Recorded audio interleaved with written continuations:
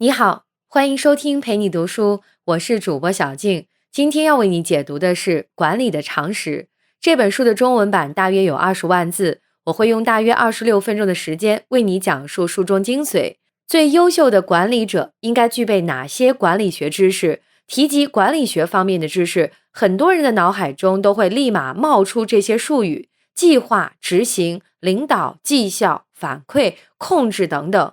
在以前，管理学似乎是很高大上的东西，一谈到管理，大多数人都觉得这是领导和管理者们做的事儿。可是，在如今这个大变革的时代，我们总免不了要在生活中进行时间管理、精力管理、金钱管理，在公司里面也要管理自己的业务。所以，对这个时代的我们来说，管理从未脱离普通人的工作和生活。今天我所以讲的管理的常识，就是关于管理学的基础读物，它会系统的告诉你管理学方方面面的知识，让你做好准备，知道如何去成为一名优秀的管理者。《管理的常识》这本书的作者艾伦·莫里是《华尔街日报》的副总编，华尔街日报网和市场观察网的执行主编，同时也是3次普利策新闻奖得主。在《华尔街日报》漫长的任职期间，艾伦·莫里接触了大量商业界的真实案例，发现了一系列管理中的秘密，10年磨一剑，写成了这本萃取全球120年管理思想精华的《管理的常识》。通过阅读这本书，你将获得一份最佳的管理实践简明指导。介绍完这本书的基本情况后，接下来我们将从《管理的常识》这本书中选取员工与激励、自我管理和战略与执行这3个方面的管理学问题，向你介绍一些非常实用的管理学知识。为什么在全书中选取这3个部分重点讲解呢？因为员工和激励部分牵扯到管理他人的问题，而自我管理则是管理自己，战略与执行部分涉及到目标的制定和执行。在生活中，我们也必须掌握类似的3种能力：管理人际关系的能力、个人管理的能力以及规划生活的能力。因此，今天要介绍的这3个知识点不仅对工作有帮助，对我们的生活也有帮助。下面我们依次聊一聊这几个话题。先来看一看管理学视角下的员工与激励。在管理学视角下，提起员工问题，一般涉及到员工招聘和绩效评估2个方面。员工招聘负责把人才招进来，而绩效管理则主要解决把员工管理好的问题。这2个要点相辅相成，共同构成了现代企业管理的基础。因此，在管理学中，我们通常把这2方面合称为人力资源管理。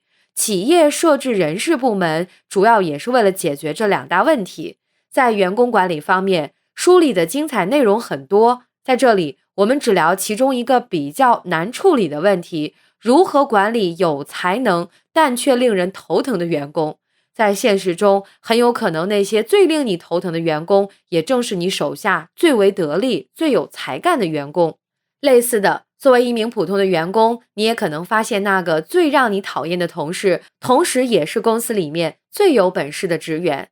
这些人确实很有才干，对公司做出了很大的贡献，他们会夜以继日的工作，为了获得成功不惜一切代价。同时，他们也要求非常规的表扬，要求你看重强调他们所取得的成功。然而，他们脾气暴躁，不把领导和同事放在眼里，爱出风头，影响到公司其他员工的正常工作。作为一名管理者，如果你指出了他的某些不当行为，他可能会选择跳槽。如果不指出来，公司其他员工就无法安心工作。在这种情况下，究竟该怎么办呢？首先，你要意识到，在优秀的员工身上出现这种不良现象，可能是因为觉得缺乏安全感，而不是因为他们觉得自己没有实现价值呢？是不是他们对职位不太满意呢？是不是他们的家庭出现了问题等等？其次，如果你想了解员工的真实心态，并且准备和他进行一次谈话，那么务必要保证谈话在私下里进行。如果他们真的缺乏安全感，而你在大庭广众之下和他谈论这样的问题，不仅会伤到他的自尊心，而且无异于对他的工作进行了直接的指责。第三，在以上努力的基础上，你可以尝试寻找创新的结构性解决方案，比如他经常侮辱同事，那么你可以选择把他调离到单独的工作区域，避免他继续对同事造成不良影响。最后，如果以上的一系列步骤都没有取得实际效果，为了照顾公司其他员工的感受，你还是做好放他走的准备吧。在这个例子背后，我们可以看出一系列关于处理人事关系的深层道理。第一，管理者必须尽量和员工之间保持沟通，不能在没有进行交流沟通的情况下妄下结论。第二，管理者必须强调员工所取得的成就，而不是他们的失败和失误。第三，必须对事不对人，管理者可以批评员工，但是不能贬低他的个人价值。第四，管理者必须承认这样一个事实，对于员工的成功与否，管理者同样负有责任。当管理者知道这些员工的管理法则解决了以上问题，那么其他员工所表现出的工作问题自然不在话下。和员工相联系的一个重要问题就是对员工的激励。我们先来看管理学视角下的激励。所谓激励，就是组织通过设计适当的奖酬方式和工作环境，以一定的行为规范和惩罚性措施来激发、引导、保持和规范组织成员的行为，从而有效地实现组织及其个人目标的过程。插播一下广告 ，YouTube 搜索陪你读书，欣赏更多精彩内容，感谢您的支持。奖励一般可以分为物质奖励、精神奖励和价值观奖励。如果一家公司正在和另一家公司谈判一桩高额合同，在合同签订成功之后，参与谈判的某位员工表现出色，获得了高层管理者奖励的奖金40万元，这就是物质奖励。如果在合同签订之后，高层管理者在公司年会上对某位参与谈判的员工进行了特别的表扬和鼓励，这就是精神奖励。例如，公司营造了一种特殊的企业文化，督促每个员工在遇到问题时都积极主动寻求方法。例如，即便在没有物质奖励和特别赞许的情况下，员工依然凭借自己的努力成功谈成合同，这就是价值观奖励。物质奖励一般能获得立马见效的效果，精神奖励有可能促使团队更加高效，而价值观奖励则让员工更加自觉主动。那么这3种激励方法到底哪一种更重要呢？我们先来看一个案例。20世纪70年代，通用数据公司的一个工程师团队，在几乎没有收到任何来自管理者的物质激励的情况下，成功地研发了新一代的电子计算机。这款新一代电子计算机使通用数据公司长期保持电子计算机技术的领先。让人好奇的是，在没有任何物质激励的情况下，是什么促使这个工程师团队主动研发新产品呢？事实的真相是这样的，这个工程师团队成功之后，有些人为自己没有得到相应的研发奖而感到痛心，也有人因为没有得到应得的晋升而感到沮丧。但是他们谈起这个伟大的项目的时候，热情就重新燃起，对公司及其未来又再次恢复了希望。在他们看来，他们的确参与了一项不平凡的事业，而这让他们变得了不起。这就是管理者才应该有的魔法，让员工感到他们正处于某种有价值的、独特的、非同寻常的事业洪流中。管理者的责任就是在于让自己的团队全身心投入到自己热爱的事业当中，为了别人，为了公司的目标，为了高于其本身的更伟大的理由和意义。这种价值观上的激励远远会比物质激励和精神激励产生更深远的影响。这就是今天给你讲的第一个内容，管理学视角下的员工与激励。如果刚才你仔细听的话，肯定已经发现了，之所以把它称为管理学视角下的员工与激励，是因为我们在考虑这些问题的时候，都在按照一些有条不紊的步骤，或者从更深层次的意义上有条理地进行理解，而这就是一种管理学思维。我们不妨按照这个思路对以上内容进行简单的总结。在面对一个既是人才又难以驯服的员工时，要先对其有一个基本的判断，再运用私聊的方式进行了解，然后寻找解决问题的方法。由此我们也可以推导出关于对待员工的管理原则。管理者必须尽量和员工之间保持沟通，必须强调员工所取得的成就，必须对事不对人，必须承认对于员工的成功与否负有责任。之后，我们谈到了激励问题，并且得出了这样一个结论：价值观上的激励要远远比物质激励和精神激励产生更深刻的影响。所以，管理者在日常管理过程中，不能仅仅拿钱说话，也不能只停留在对员工的表扬上，而是要强调公司理念、文化和个人理想。作为一名好的管理者，不仅需要学会管理员工，还必须学会管理自己。接下来，我们将着重讲述自我管理的2个方面。第一，如何管理自己的私欲；第二，如何管理自己与上下级之间的关系。先来看如何管理自己的私欲。作为一名管理者，你很快就会发现，许多能让你在职场上取得成功的本能都会被现实所抑制。特别是作为一名管理新人，你可能仍然想着让自己取得领先，而不是考虑到你的团队和你的公司。很多初创公司合伙人最后分道扬镳，都是因为合伙人中有人把私利放在公司利益之上。我们应该如何避免这种问题的发生呢？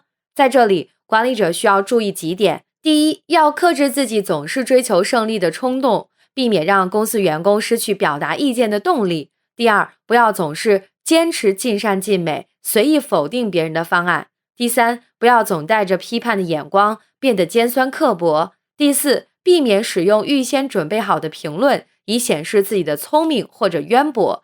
第五，生气的时候最好不要说话，尽量学会控制自己的情绪。第六，不要截留重要的信息，要懂得分享和倾听。第七，不要索取不属于自己的荣誉，或者不承认他人的功绩。当我们解决好以上7个问题的时候，我们就基本上控制住了自己的私欲。在这以后，管理者要搞清楚自己在公司里适合的位置是哪个，能做出什么贡献，什么时候可以改善公司的业绩等等。第2个方面是如何管理自己和上下级的关系。先来看管理与上下级的关系。这方面我们最常运用的一个方法就是授权。作为管理者，在分派工作之前，要明白你的任务是让每一个员工发挥出他们所能达到的最高水平，而不是达到如果由你来做这项工作所能达到的水平。你最大的成功是组建一个团队，让你的存在在这个团队中显得多余。尽管听起来奇怪，但是伟大的领导者正是通过放弃权力来建立的。举个例子，现代企业管理制度中一般设置与 CEO 名义上并列，但实际上权力更具分散和专业的 COO、CFO、CTO 等职务，就是为了授权。所以需要由更具专业特长的人来分担权力，做好某个领域的专业管理。再来管理与上下级的关系，我们也称为管理老板。首先，谁是老板？在一个高度复杂的公司里，你可能得听命于好几个老板，或者至少有好几个人认为他们是你的老板，或者更重要的是，在评估你的表现、确定你的薪酬和升迁时，有好几个人的意见会起到作用。所以你必须先列出一份单子出来，看看谁是你的老板。第二，找到这些老板，以便于获得必要的信息，问问他们你能做些什么，能帮上什么忙，或者怎样做能让他们的工作轻松一些。同时，你也要多听取他们的意见和建议，让他们明白你的谦虚和诚意，并且在这个过程中获取他们的帮助。第三，让所有的老板都获得充分的信息。前面我们已经说过，信息的流通对公司来说非常重要。一个合格的管理者不仅仅能收集和整合信息，以便于下级员工工作，还应该让信息流通到上级周围，让他们知道你的计划和目标。最后，就算私下里，你也不要贬低或过分批评你的老板。当老板偶尔犯错误的时候，切记揪着不放。换位思考一下，假如你是老板，谁也不希望自己的下层管理者一直在背后批评你。到这里，关于管理者的个人管理基本上就说完了。我们来总结一下，个人管理首先要学会管理自己的私欲，不要把自己的私欲置于团队和公司利益之上。如果这样做，不仅可能会对团队和公司造成损失，更有可能让自己失去管理者的岗位。其次，还需要管理下级和上级，学会授权和管理老板。下面我们来说今天的第3个内容，战略与执行。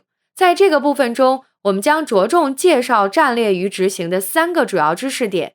第一，什么是战略？第二，如何制定有效的战略？第三，如何确保战略的执行？我们先来说第一个知识点，即什么是战略？什么是战略呢？一般来说，战略就相当于公司的使命说明书。这份说明书主要回答我们做什么，我们怎么做，以及我们做这些为了谁这3个问题。通过这份使命说明书，公司将知道如何利用一切资源，获取竞争优势。比如，对于一家治疗癌症的药物公司来说，它的战略使命可能就是致力于癌症的治愈，提供安全的血浆，预防感染性疾病的发生。这份使命说明书告诉这家药物公司，他们要做的是治愈癌症，具体做法就是提供安全的血浆，而做这些的深刻目的在于预防感染性疾病的发生。当一家公司回答了上述3个问题之后，它的战略方法基本上就敲定了。但是这还不够，因为战略还涉及到战略周期问题。10年前的一个好战略，如果坚持到现在，可能就会变成了教条，限制了公司的发展。今天的一个好战略，放到10年之后，也许会完全失效。那么公司的战略周期到底多长时间最为合适呢？曾经有人问林肯，一个人的腿应该有多长？林肯回答说，长到足以够到地面就可以了。林肯的这句话恰恰反映了战略周期的制定原则，战略的制定和实施能够帮助公司实现特定时期的目标就行了。我们再来讨论第2个知识点，如何制定有效的战略。制定战略首先要分析公司的竞争环境，可以使用的方法是迈克尔波特的5力模型。这5力是指产品或服务能否获得竞争优势的5大作用力。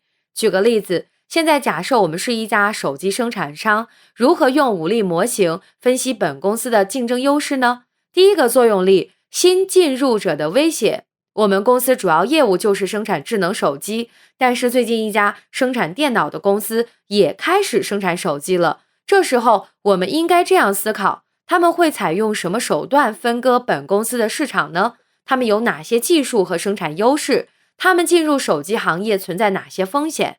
第2个作用力，替代者的威胁。本公司生产的手机质量不错，市场份额也非常可观，但是最近一家公司生产的7寸平板不仅轻便，而且也具备通话功能。这时候我们就应该思考，这种平板是否会替代本公司的手机呢？客户是否会逐渐习惯平板打电话？这种平板的整体性能和价格是否会越来越便宜？第3，买家的议价能力。随着越来越多的手机生产商进入市场，本公司的竞争压力越来越大了。这时候我们应该分析这些问题，手机批发和销售商是否会选择销售其他手机？手机批发和销售商是否会因为有更多的批发选择而压低本公司手机的价格？普通顾客是否会因为不愿意使用本公司的手机而影响到手机的销售价格？第4，卖家的议价能力。提供手机外壳制作材料的公司会不会提高材料的价格？是否有向其他公司提供材料的可能性？我们是不是可以开辟其他途径获取这种材料？第5，现有竞争者的威胁。联想、小米和华为对本公司手机的威胁有多大？我们各自的市场份额正在如何变化？他们采取了什么策略来排挤我们？等等。这些也都是公司管理者应该考虑的问题。当考虑完这些条件之后，就可以着手制定战略了。一般来讲，我们可以把公司的竞争战略分为3种。第1种叫成本领先战略，比如别人卖手机3000元一部，你通过提升公司的手机生产技术，优化生产流程，最终生产出同质量的手机，而价格只有对方的1半。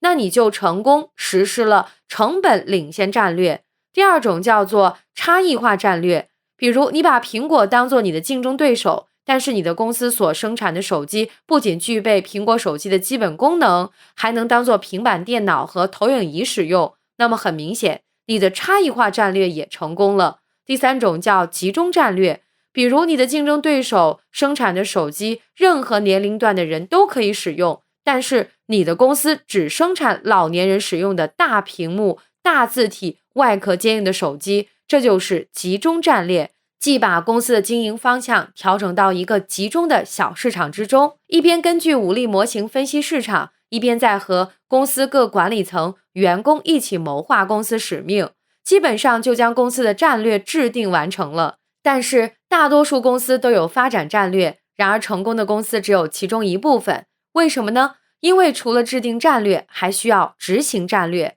所以接下来我们将讨论这部分的第3个重点，战略的执行问题。台湾半导体之父台积供电公司董事长张忠谋先生说过，对于一个好的 CEO 来说，战略和战略的实施同样重要。没有战略，执行就失去了目标和方向，而缺乏实施的战略则毫无用处。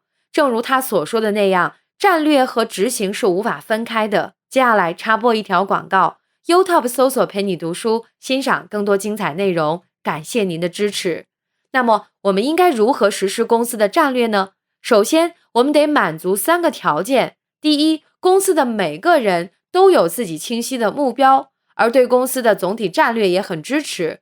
第二，要设计一种能让员工经常衡量目标完成进度的方法。第三，实施过程中责任要明确。除此之外，我们需要做到制定战略的人必须是那个领导大家实施战略的人，否则将可能导致政令不统一，企业内部言行不一致，人心不和。另外，好的执行需要我们面对现实，不把大量时间浪费在意愿与遐想之中。在执行战略的过程中，管理者要注意，首先创造企业行动的文化，去做，去修正，去尝试，不纠结，不拖延，不拖沓。同时还要创造坦诚的企业氛围，只有坦诚的氛围，才能方便公司内部信息的正常流通。公司能否有效地展开竞争、解决问题、创新、迎接挑战和实现既定目标，依赖于公司的信息流动在多大程度上保持健康。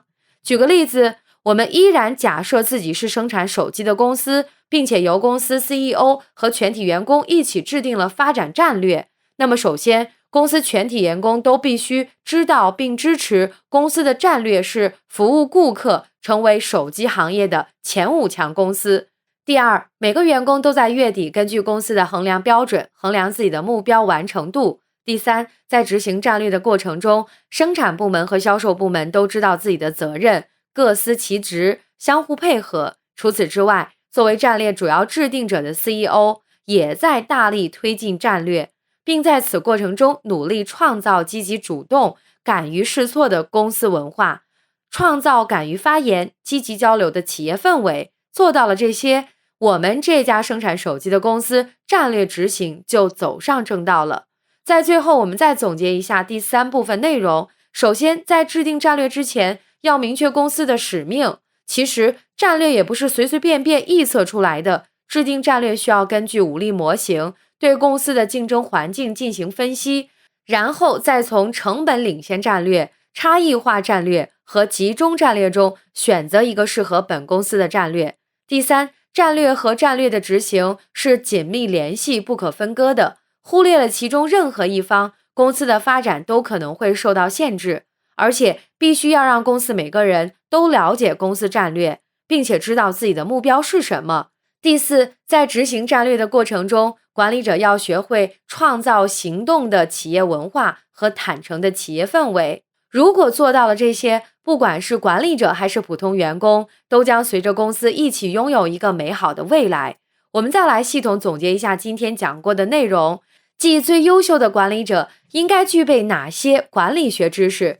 首先介绍了员工及其激励问题。当管理者面对一个既是人才又难以驯服的员工时，首先对其有一个基本的判断，再运用私聊的方式进行了解，然后寻找解决问题的方法。切记不可随意发挥，导致公司的人才流失。所以在日常管理中，管理者必须养成一些管理习惯，比如尽量和员工之间保持沟通，必须强调员工所取得的成就，必须对事儿不对人，必须承认对于员工的成功与否负有责任等等。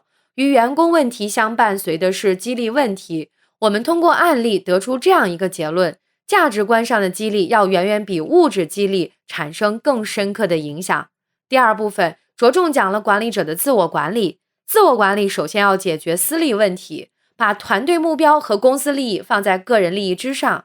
为了做到这一点，我们需要第一，克制自己总是追求胜利的冲动，避免让公司员工失去表达意见的动力。第二，不要总是坚持尽善尽美，随意否定别人的方案。第三，不要总带着批判的眼光，变得尖酸刻薄。第四，避免使用预先准备好的评论，以显示自己的聪明或者渊博。第五，生气的时候最好不要说话，尽量学会控制自己的情绪。第六，不要截留重要的信息，要懂得分享和倾听。第七，不要索取不属于自己的荣誉，或者不承认他人的功绩。其次，管理者要学会授权，处理好与下级的关系，再学会管理自己的老板和上级处理好关系。第一，管理者要明确自己的老板是谁。第二，找到这些老板，以便于获得必要的信息。第三，让所有的老板都获得充分的信息。第四，就算私下里也不要贬低或过分批评你的老板。最后，探讨了管理学中的战略制定及其执行问题。在制定战略之前，要根据武力模型对公司的竞争环境进行分析，根据具体情况从3种基本战略中做出选择。在执行战略的过程中，必须要让公司每个人都了解公司战略，并且知道自己的目标是什么。最后，管理者要学会创造行动的企业文化和坦诚的企业氛围。这也要明白，作为一名管理者，掌握管理学知识是成长的必要选项。但作为一名普通人，我们也要知道，学会管理学可以让我们收益。我们通过第一部分中讲述的员工及其激励问题，就可以举一反三，成功管理生活中的许多问题。比如，如果你身边也有能力强，但是总是盛气凌人的同事，你就可以运用我们上面所提到的方法，先对他做出基本的判断，分析一下到底是性格原因还是家庭原因导致他出现这种问题，然后再进行私下的沟通，然后寻找解决问题的对策。如果这一切都行不通，你就可以考虑告诉上级，让上级做出处理。我们在第二部分讲述了自我管理问题。在现实生活和工作中，我们也需要首先管理住自己的私欲，把自己的关注点放到家庭或团队上，而不是一味地维护个人的利益。其次，如果我们仅仅是一名普通的员工，我们就更应该管理好和老板之间的关系，明确自己的老板是谁，和老板分享信息，并从老板那里获取信息，从而使自己可以在公司中迅速成长。第三部分，关于战略及其执行问题，更能将我们生活中的时间管理、金钱管理、人脉管理、精力管理、知识等问题联系并统一起来，从而使我们对生活做出更加完美的规划。比如，我们可以在分析自己的房贷欠款、朋友欠款、未来收入预期、银行存款、预期开支等5例的基础上，结合自己的工作、学习和家庭，对自己未来5年的生活展开规划，制定适合自己的生活战略。无论是生活精简节约的成本领先战略，还是追求独特刺激生活的差异化战略，亦或是专注于家庭或工作某一方面的集中战略，总有一个会适合你。以上就是今天的全部内容，感谢关注陪你读书，欢迎点赞分享，同时可以打开旁边的小铃铛，陪你读书的更新会第一时间提醒你。我是主播小静，我们下期再会。